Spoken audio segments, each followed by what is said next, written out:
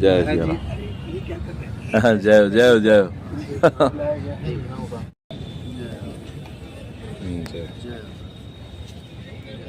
श्री राम। महाराज जी लोग करो तो चटाई चाहिए। चटाई देखिए आप लोग बात करिए। चटाई तो दिन भर यहाँ ले आते रहते हैं। नहीं चाहिए तो ले लीजिए ना। नहीं महाराज जी, बस आप लोगों का आशीर्वाद चाहिए, मिल गया। जय ढाई बाई 4 बाई 6 ले लो।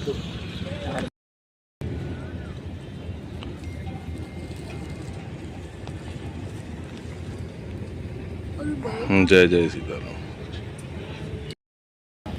राधेश्याम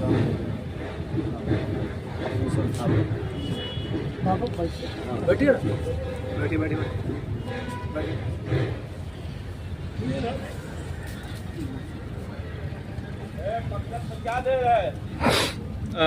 यहाँ पे शास्त्रार्थ संगोष्ठी का एक अनवरत 1 महीने का लगातार कार्यक्रम की योजना है। तो आज की पीढ़ी में जिस तरीके से अपने ग्रंथों को लेकर उनकी ज्ञान परंपरा की गहराई की समझ कम है, जिसके कारण ही अन्य समुदाय हैं, चाहे कम्युनिज्म है, अन्य दल हैं, वो हमारी जो युवा पीढ़ी है उनको डाइवर्ट करती है। तो बहुत सारे विषय हैं, शिक्षा है, राष्ट्र निर्माण है, स्वास्थ्य है, पर्यावरण है, अपनी ऐतिहासिक चीज़ों को बहुत ही अपवादीय स्वरूप में तथ्यों को परोस करके अलग अलग तरीके से डाइवर्ट किया जाता है। और एक शास्त्रार्थ संगोष्ठी के द्वारा प्रयत्न है कि जिनके अंदर भी जिज्ञासा है या किसी प्रकार की शंका का किसी भी विषय को लेकर है, उन सभी शंकाओं का समाधान किया जा सके, उसी को लेकर है। और इसकी शुरुआत संतों के ज्ञान से शुरू हो, उनके वाणी से शुरू हो, जिससे हर प्रकार के लोगों में आकर्षण हो सके। और शास्त्रार्थ संगोष्ठी का जो उद्देश्य रहा है कि एक समतुल्य समन्वय तरीके से वो चर्चा हो, न कि केवल भाषण तरीके से हो। तो आपके आगमन से इस संगोष्ठी की शुरुआत है। तो इस संगोष्ठी का क्या महत्व है, इसके विषय में आप अपने विचार सीतानाथ समारंभा रामानंदाचार्य मध्यमाम अस्मदाचार्य पर्यंताम वंदे परंपरम वंदे विदेहत्न्या पदपुंडलिकम किशोर सौरभ समाहित अंतर्ताम सत्यम सम्मान साल पराग। उत्थान प्रकृति उत्थान धर्म उत्थान हेतु जो राम जी की इच्छा से आप सब ने ये संगोष्ठी बैठाई, ये परंपरा, ये प्रक्रिया चलाई सत्संग कथा की, इसका बहुत बहुत साधुवाद आप सबको। राम जी की इच्छा से बहुत भगवत कृपा और बहुत बड़ी बात यह है राम जी की इच्छा से कि आप सब युवा पीढ़ी के अंदर ऐसी राम जी की इच्छा से सनातन के प्रति सार्वभौमिक सामाजिक प्रेम, प्राकृतिक उत्थान, प्रकृति की राम जी की इच्छा से रक्षण हेतु समाज में एक सुव्यवस्था या धार्मिक विचार हेतु जो प्रक्रिया आप सब ने चलाई, उसके लिए हम सब बहुत बहुत आप सबका आभारी हैं। और हमारे राम को बहुत अच्छा लगा आप सबका कि एक युवा पीढ़ी प्रकृति के लिए, समाज के लिए कुछ कर रही है। इस तरह से हम सभी युवाओं के अंदर परमार्थिक भावना अगर आए राम जी की इच्छा से, तो हम मानते हैं इस बात को कि हम सब जो राम राज्य की कल्पना करते थे वो स्थापित कर सकते हैं अपने राष्ट्र में। शास्त्र का मानना है, जिस तरह से हमारे शास्त्रों में प्रतिपादित है, अयम निजः पूर्वो वेद च गणना लघु चेतसाम उदारी चरता नाम तो वसुधैव कुटुम्बकम्, यह मेरा है वो पराया है। इस तरह की जो विचारधाराएं हैं, महापुरुष कहते हैं कि उदार चरिता नाम तो वसुधैव कुटुम्बकम्, उदार चित्त वाले व्यक्ति सबको अपना मानते हैं। ये मेरा है वो पराया है। राम जी की इच्छा से हमारे रामायण महाकाव्य में भी गोस्वामी जी महाराज ने लिखा है कि मैं और तोर मोर तय नाता, जेई बस कीने जीव निपाता। मैं और मेरा और पराया, ये दो शब्द ही मनुष्य मानव जाति को राम जी की इच्छा से गर्त में बांध के रखा है, जिसकी वजह से ना ही वो परमार्थ कर पाता है और न ही वह स्वधर्म कर पाता है। स्वकर्म स्वनिहित कार्यों में लगा हुआ व्यक्ति अपने जीवन को राम जी की इच्छा से निकाल देता है। इस तरह जैसे राम जी की इच्छा से राम नाम लेने हूँ क्यों न हर से हेत, वे नर यूं ही जाएंगे जो मूली का खेत। हमारा जीवन ऐसे नष्ट हो जाता है, निकल जाता है और हम ना ही धर्म कर सकते हैं, ना ही भगवान की सेवा कर सकते हैं, ना ही हम परमार्थ कर सकते हैं। इन सब चीज़ों से अच्युत हो जाते हैं केवल दो शब्द के चक्कर में। क्या? अयम निजः परो वेद, यह मेरा है वह पराया। जो आप सब ये परंपरा चला रहे हैं, जो व्यवहार सद्व्यवहार आप समाज में फैलाने का विस्तार करने का कार्य कर रहे हैं, उसका तात्पर्य यही है उदार चरता नाम तो वसुधैव कुटुंबकम। हमारे सभी हैं और हम सबके हैं। ये विचार हमारे अंदर आ जाएं तो आज हम सब एक और एक नवीन समाज की स्थापना, एक नवीन समाज का, एक नवीन सुख का अनुभव करेंगे। और जो समाज इससे आएगी, निकलने वाली पीढ़ी, वो धार्मिक और सुविचारित सुव्यवहारिक होगी। उनके विचार, उनके कर्म सत्कर्म सद्धर्म होंगे, जिससे हमारा समाज स्वस्थ और सुखी रहेगा। राम जी की इच्छा से कहने का तात्पर्य है, जो आप सबने पौधे, एक दूसरे शब्दों में जिस तरह आप सब पौधारोपण वृक्षारोपण का कार्यक्रम कर रहे हैं, महाबली बाबा हमें, आप महाराज जी का नाम जामवंत बाबा हमें, आप सब महान आत्माओं में गिनती हम करता हूँ आप सब। क्यों? क्योंकि आप सब प्रकृति की एक धरोहर बना रहे हैं, प्रकृति को कुछ दे रहे हैं। बाकी लोग तो प्रकृति का दोहन कर रहे हैं। आप युवा पीढ़ी प्रकृति को उसके ही राम जी की इच्छा से, उसके ही राम जी के जब पौधों को लगाकर प्रकृति का जो विकास कर रहे हैं, जो पर्यावरण का विकास कर रहे हैं, जो पर्यावरण में आप अपना दे रहे हैं, योगदान दे रहे हैं, उससे समाज को एक सीख मिलती है और हम सबको सीखना चाहिए। प्रकृति व कर्माणि क्रियमाणानि सर्वशः यह पश्यति तथात्मानं कर्तारं स पश्यति। जो कुछ करती है प्रकृति करती है, प्रकृति ही परमात्मा है। और आप जो योगदान दे रहे हैं पर्यावरण में, वृक्षारोपण करके समाज में घूम कर, अभी आप सब हिमाचल से होते हुए, हरियाणा होते हुए, पंजाब होते हुए, हरियाणा होते हुए प्रयागराज पहुँचे। आप सबको बहुत बहुत भगवान राम जी की इच्छा से बेड़ी माधव कृपा करें। आप सब इस तरह विकास करते रहें, विस्तार करते रहें और प्रयागराज धरती पर जिस तरह से आप सब पहुँचे, उसके लिए हम सब बहुत आभारी हैं आप सबका। राम जी की इच्छा से आप जो कर रहे हैं प्रकृति की देन, ये परमात्मा की सेवा कर रहे हैं। जो वृक्षारोपण का कार्य कर रहे हैं, ये भगवान की सेवा कर रहे हैं, क्योंकि प्रकृति ही परमात्मा है। दूसरे शब्दों में हम समझें कि प्रकृति ही परमात्मा है। प्रकृति अगर हमारा स्वस्थ है, प्रकृति का हम विकास कर रहे हैं, तो समझ लें हम ठाकुर जी की सेवा कर रहे हैं, परमात्मा की सेवा कर रहे हैं। इन्हीं शब्दों के साथ बहुत बहुत धन्यवाद। जय जय सीताराम। जय हो महाराज जी की। फिर कम होते होते फिर त्रिगुणातीत अवस्था की तरफ प्रवास होता है। तो संत ज्ञानेश्वर जी ने इस जीवन के, इस उन्नति की, इसको सांप सीढ़ी के इसमें उन्होंने संत मुक्ताबाई को खेलने के लिए दिया था। और उसमें उन्होंने कुछ घरों को दोषों के साथ जोड़ा था। मद है, मोह है, मत्सर है, द्वेष है, ईर्ष्या है, अहंकार है। और कुछ 100 में से कुछ घरों को उन्होंने गुणों से जोड़ा था।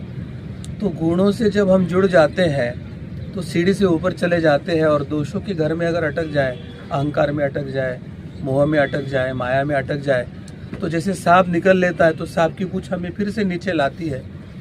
तो जीवन का यह सांप सीढ़ी का खेल संत ज्ञानेश्वर जी ने बड़े लीला युक्त आध्यात्मिक परिप्रेक्ष्य में उन्होंने सुनाया है। तो हमारे गुरुदेव सच्चिदानंद परब्रह्म डॉक्टर आठवले ने जी भी यही बात बताई थी कि साधना के अनेक सीढ़ी पर साधक होता है और उस समय उसे जो शास्त्र का अर्थ पता चलता है वो उसे सही और योग्य लगता है। परंतु यदि हमें अहंकार ना हो, यदि हम में दोष ना हो, यदि हम में गुणग्राहकता हो, यदि हमें दूसरे से सीखने की वृत्ति हो, यदि हमें स्वयं को समृद्ध बनाने की लालसा या जिज्ञासा हो, या हमें तत्व प्राप्ति की मुमुक्षुत्व हो, तो हम अलग अलग आयाम में वो सीढ़ी चढ़ते चढ़ते आगे जाते हैं।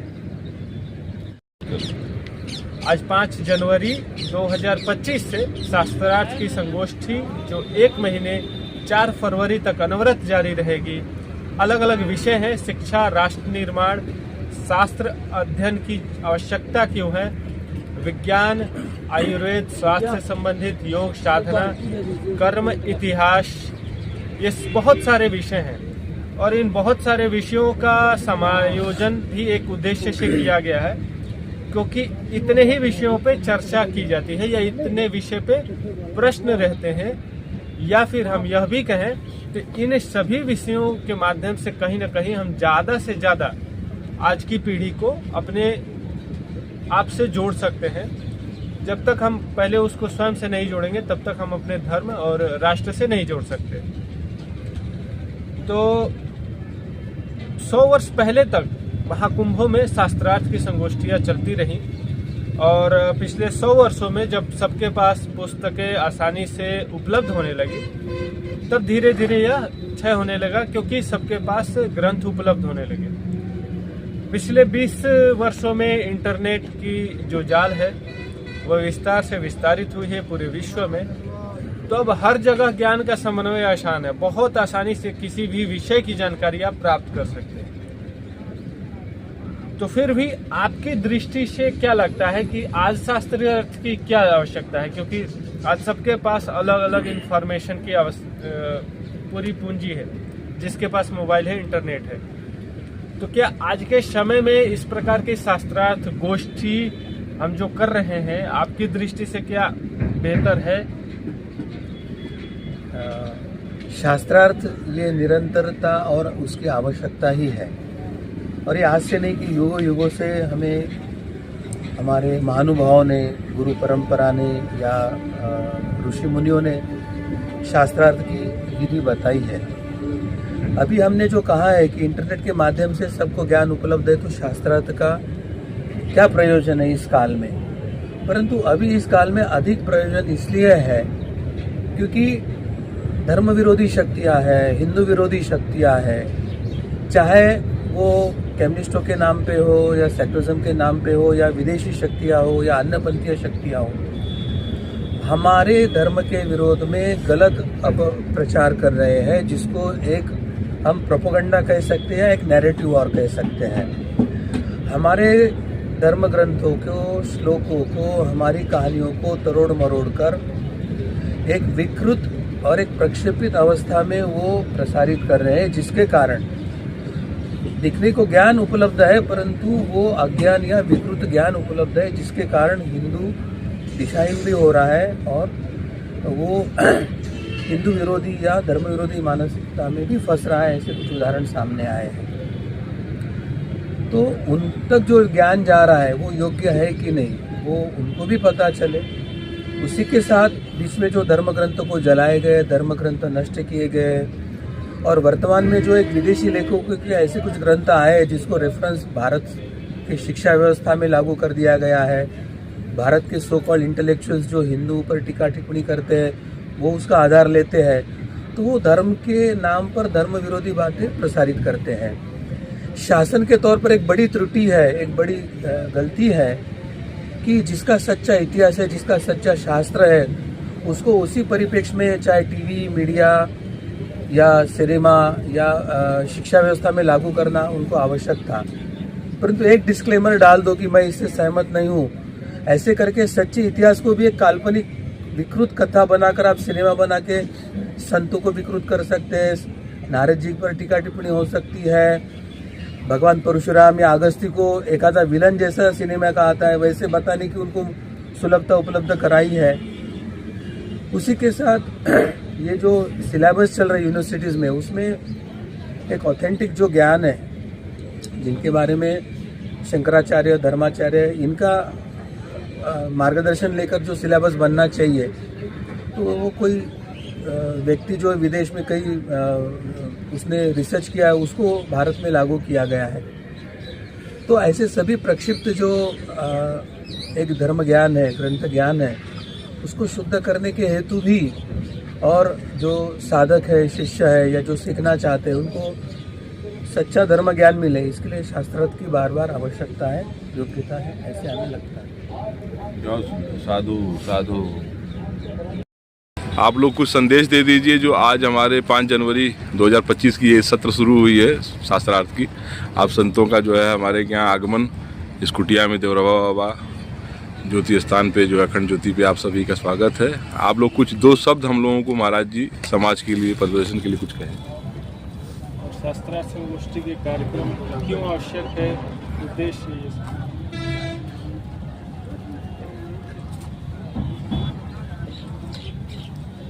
मंगलम कौशलेन्द्राय महनीय गुणाब्धये सार्वभौम तनुजाय चक्रवर्ती तनुजाय सार्वभौमाय मंगलम।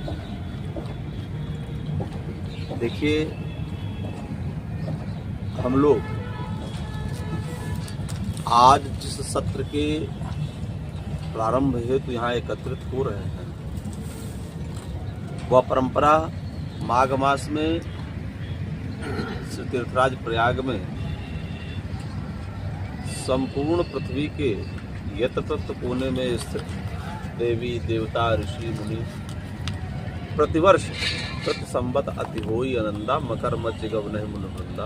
प्रति संवत यहाँ महात्मा एकत्रित होते रहे, देवी देवता, यहाँ तक कि राक्षसों का भी वर्णन है कि उनका भी कोई न कोई मुखिया यहाँ आता रहा है, किन्नरों का भी, गंधर्वों का भी। और यहाँ बैठ करके जो चर्चा की जाती रही है वह चर्चा सिर्फ यही रही है कि किस प्रकार समाज में मानवता का उदय हो, किस प्रकार 2 पैरों पर और 2 हाथों को धारण करने वाला जो मनुष्य शरीर में दिखता तो है किंतु पशुवत ही जन्म लेता है, उसे पूर्ण मनुष्य कैसे बनाया जाए। तो महाराज मनु ने जो अवधारणा की थी कि आहार निद्रा भय मैथुनम च सामान्य में तथा पशुभिर नराणम धर्मो हि तेषाम अधिको विशेषाम धर्मे विहीना पशु भी समाना। उस जन्मजात पशु को मनुष्य बनाने की जो प्रक्रिया है, मनुष्य कैसे हो इस पृथ्वी पर, और मानवीय वांग्मय जो है वो इतना परिष्कृत और इतना परिपक्व, इतना आदर्श कैसे हो कि सनातन की जो मूल अवधारणा है सर्वे भवन्तु सुखिनः सर्वे सन्तु निरामया सर्वे भद्राणि पश्यन्तु मा कश्चित् दुःखभाग् भवेत्, सनातन की जो घोषणा है वह कैसे साकार हो, इन मूल बिंदुओं पर एक चर्चा सदैव जो है स्वच्छ और समृद्ध मस्तिष्क से इस भूभाग पर होती रही है। यह भूभाग भगवती माँ गंगा, माँ यमुना, माँ सरस्वती का जो संगम स्थल है, अनादिकाल से प्रकृष्ट यजनम यह सा प्रयाग। किसी एक इष्ट का जो यजन हो, यजन का अर्थात यज्ञ का तात्पर्य होता है जिसमें किसी एक देवता की आराधना हो। तो यहाँ पर जिस देवता की आराधना की गई वह देवता धर्म है। धर्म की विवेचना, धर्म की स्थापना, धर्म में कालक्रम से उपजे हुए तमाम जो त्रुटियां, विचार जिनसे धर्म अपने मार्ग से विभ्रमित हो रहा हो, ऐसे तमाम विषय रहे जिन विषयों पर चर्चा होती रहे। कुल मिलाकर के धर्म के उन्नयन हेतु ही इस मेले का जो है आरंभ किया गया। धर्म की रक्षा के लिए अमृत राक्षसों ने पी लिया, वो अमर हो जाते तो अधर्म करते, तो उस अमृत को बचा करके देवताओं को पिलाने के क्रम में जो अमृत 4 जगह गिरे, अमृत की 4 बूंदें जिस 4 जगह गिरी, तो ये कुंभ के आयोजन हुए, क्योंकि ये धर्म की रक्षा में किए गए कालक्रम में इनकी उपज हुई है।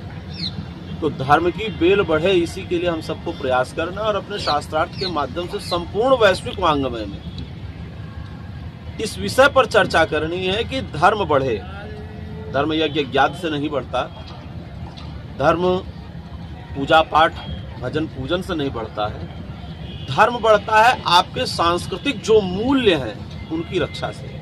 क्योंकि जब सांस्कृतिक मूल्यों की रक्षा होगी तो एक समग्र मानव पैदा होगा, और जब एक समग्र मानव अपनी संस्कृति के विचारों से ओतप्रोत आप उत्पन्न करेंगे तो आपको बहुत यज्ञ कराने की आवश्यकता नहीं पड़ेगी, बहुत कथा कराने की आवश्यकता नहीं पड़ेगी, बहुत पूजन करने की आवश्यकता नहीं पड़ेगी, क्योंकि जब संस्कृति संभ्रांत होगी तो वह इन मार्गों पर स्वतः ही प्रवाहित होती रहेगी, इन मार्गों को भरना नहीं पड़ेगा।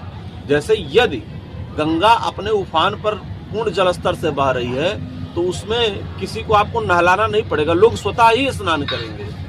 तो धर्म जो है वो एक विचार है, जब उस वैचारिक क्रांति को आप करेंगे तो उस वैचारिक क्रांति को करने के पश्चात आपके जो नौनिहाल बच्चे उत्पन्न होंगे वो जब धार्मिक विचारों से, धार्मिक सांस्कृतिक जो आपके मूल्य हैं उनसे जब ओतप्रोत होंगे तो आपको उनको धर्म करने के लिए प्रेरित नहीं करना होगा, वो स्वतः ही प्रेरित होते रहेंगे। तो किसी प्रौढ़ व्यक्ति को प्रेरित करने से बेहतर है, लोगों को यज्ञ कराने के लिए प्रेरित करने से, भागवत कराने के लिए प्रेरित करने से बेहतर है कि आप उनको अपने जो मौलिक विचार हैं, हमें प्रातः क्यों उठना चाहिए, हमारा जीवन कैसा होना चाहिए, हमारी बाह्य आभ्यंतर शुचिता कैसी होनी चाहिए, और हमारे यहाँ पेड़ों का जो, वृक्षों का महत्व है, पशु का जो महत्व है, गौओं का जो महत्व है, वृक्षों का जो महत्व है, पृथ्वी का जो महत्व है, सूर्य चंद्रमा आदि का जो महत्व है, इन सारे महत्वों को उसके अंदर प्रेषित करना चाहिए। और जो एक बात कहता है शास्त्र की, मनोर्भवा, आप कुछ मत बनो, आप बहुत बड़े योगी, तपस्वी, ध्यानी, ज्ञानी, विज्ञानी मत बनो, आप मनोर्भवा, केवल मनुष्य बनो। मनुष्य बनने की जो परंपरा है उसको प्रारंभ कीजिए, जिससे आपको यह पता चले कि धर्म क्या है। जब आपको धर्म पता चल जाएगा तो आपको किसी को उकसाना नहीं पड़ेगा धर्म की रक्षा के लिए, क्योंकि उनको वैचारिक रूप से यह बताया जा चुका होगा कि धर्मो रक्षति रक्षितः, जो धर्म की रक्षा करता है धर्म उसकी रक्षा करता है। आपको धर्म की रक्षा करने के लिए किसी को खड़ा नहीं करना पड़ेगा, आपके धर्म की रक्षा स्वतः होती रहेगी। तो वैचारिक रूप से अपने आप को सशक्त बनाएं, वैचारिक रूप से अपने आप को धार्मिक बनाएं, वैचारिक रूप से अपनी संस्कृति को, आने वाली संतति को, दोनों को संबल प्रदान करें। आपका धर्म निश्चित सुरक्षित रहेगा, क्योंकि जब धार्मिक संतति होगी तो साधु भी बनेगा, धार्मिक संतति होगी तो कथाकार भी बनेगा, धार्मिक संतति होगी तो आपका जो धर्म है वो अगली पीढ़ी तक प्रेषित होगा। तो निश्चित रूप से आप अपने धार्मिक और सांस्कृतिक मूल्यों की रक्षा के लिए, आप अपने धार्मिक और सांस्कृतिक मूल्यों की रक्षा के लिए अपने सांस्कृतिक विचारों को अपनी संतति में प्रेषित करें और अपनी संतति को मनोर्भव का उपदेश दें कि वह मनुष्य बने। कैसा मनुष्य बने?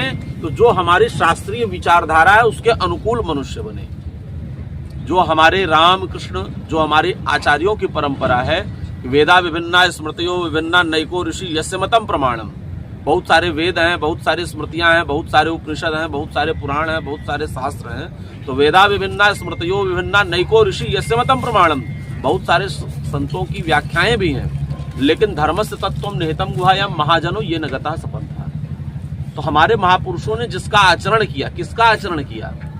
तो एतद्देश प्रसूतस्य सकाशा दग्र जन्मना स्व चरित्रम शिक्षेरन पृथिव्याम सर्वमानवा। सनातन संस्कृति जो है वह किसी शास्त्र से नहीं चलती, सनातन संस्कृति किसी के मंतव्य से नहीं चलती, किसी एक व्यक्ति की विचारधारा से नहीं चलती। हमारे महापुरुषों ने जिसको अपने आचरण में भी उतारा, यथा चित्तम तथा वाचो यथा वाचो तथा क्रिया।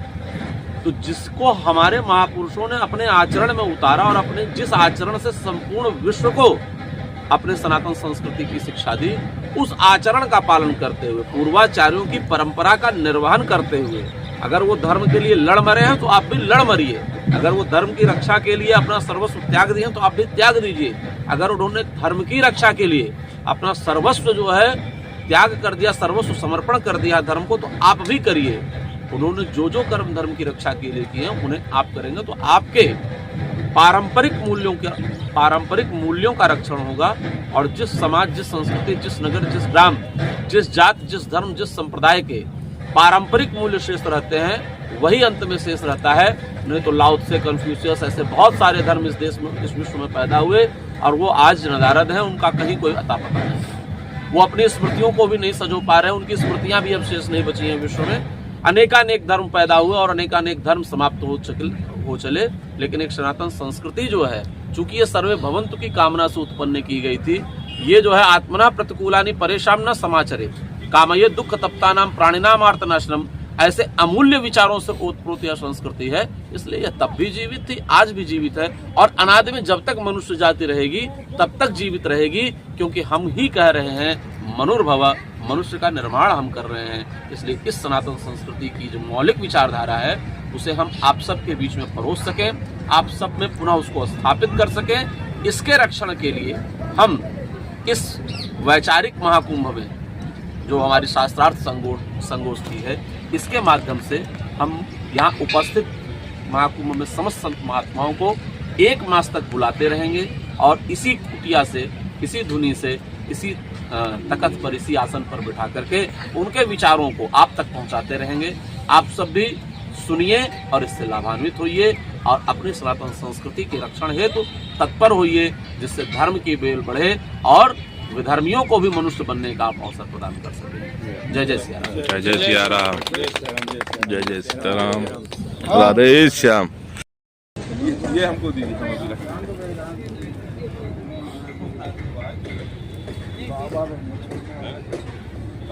श्री देवराहा बाबा आश्रम अखंड ज्योति झूसी में बाहुबली दास महाराज जी, जो कि भ्रमण करते हुए हर जिले में संकल्प लिया है कि प्रत्येक जिले में मैं पौधारोपण करूंगा और प्रकृति पर्यावरण के प्रति आज की युवा पीढ़ी को जागरूक करेंगे, ताकि वो कुछ बन सके या न बन सके, अच्छे इंसान बन सके, प्रकृति पर्यावरण के काम आ सके। क्योंकि प्रकृति के हम सभी ऋणी हैं। जो भी व्यक्ति जिस स्तर पर धन कमा रहा है वो उसी स्तर पर कहीं ना कहीं प्रकृति का शोषण भी करता है। तो उन सभी लोगों का आवश्यक है कि प्रकृति पर्यावरण के संरक्षण में जो हमारे संत महाराज हर चीज़ त्याग कर इस कार्यक्रम में लगे हैं, उनका हर रूप में सहयोग दें।